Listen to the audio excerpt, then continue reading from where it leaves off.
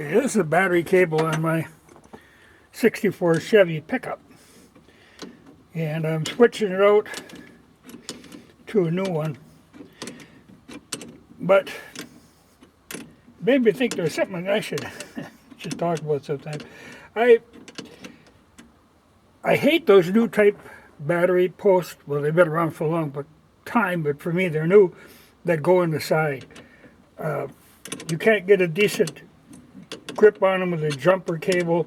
They're just a nuisance. And they always get corroded, and you're dealing with a little bitty bolt that always snaps off. So first thing I always do if I have a vehicle with them is switch them out. So put the regular connectors on the end. Now I like these because on this vehicle, if I go someplace, I switch the batteries a lot. You know, that way I'll have it charged up. I've got two of these 12-volt batteries. So I'll use one to like charge my laptop or my cell phone. And then if I'm going someplace, I'll swap it out and charge this one, you know, charge that one up. You just keep doing that. But that's where I got to have cables I can get at very easily, because this vehicle, you can switch them when it's running. As long as you don't touch the positive anywhere on the ground, that'll kill it. But while it's running, just sitting at a high idle, I can pull these off, jump the battery out, slap another one in, hook the cables up. So a lot of times my cables, I don't really run them really tight. I've got them so I can kind of give them a twist normally and pull them off. But I see the one is starting to crack right down here. So I figured, well, I better get this off of here before that breaks and leaves the guy in a bind. Though I always carry a spare one along. There again, even if I don't need it, somebody else might. But these are cheap. You know, and I'd buy them on this big cart of 10 of them. You know, so I've always got spares on hand, because I use them on everything, tractor and everything runs them.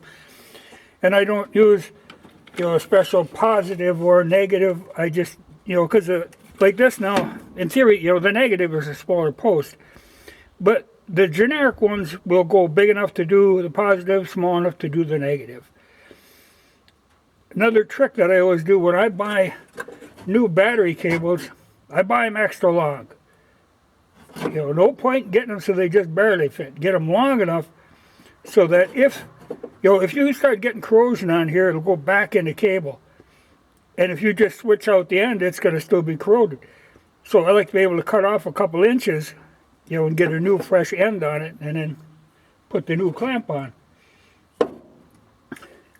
So buy them long and keep these on hand.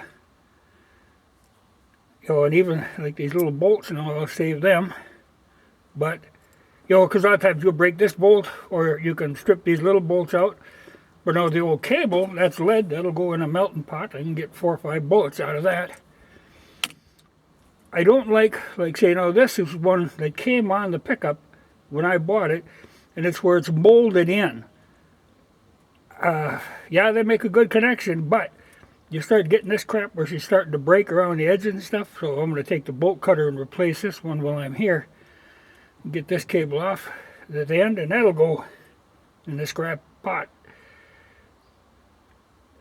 Like I said, I hate those newer ones that go on the side.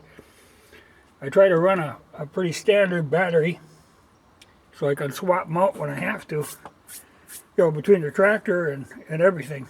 I don't like that where they have a special. A lot of times vehicles now, it's a special battery. It has to be the battery for that vehicle.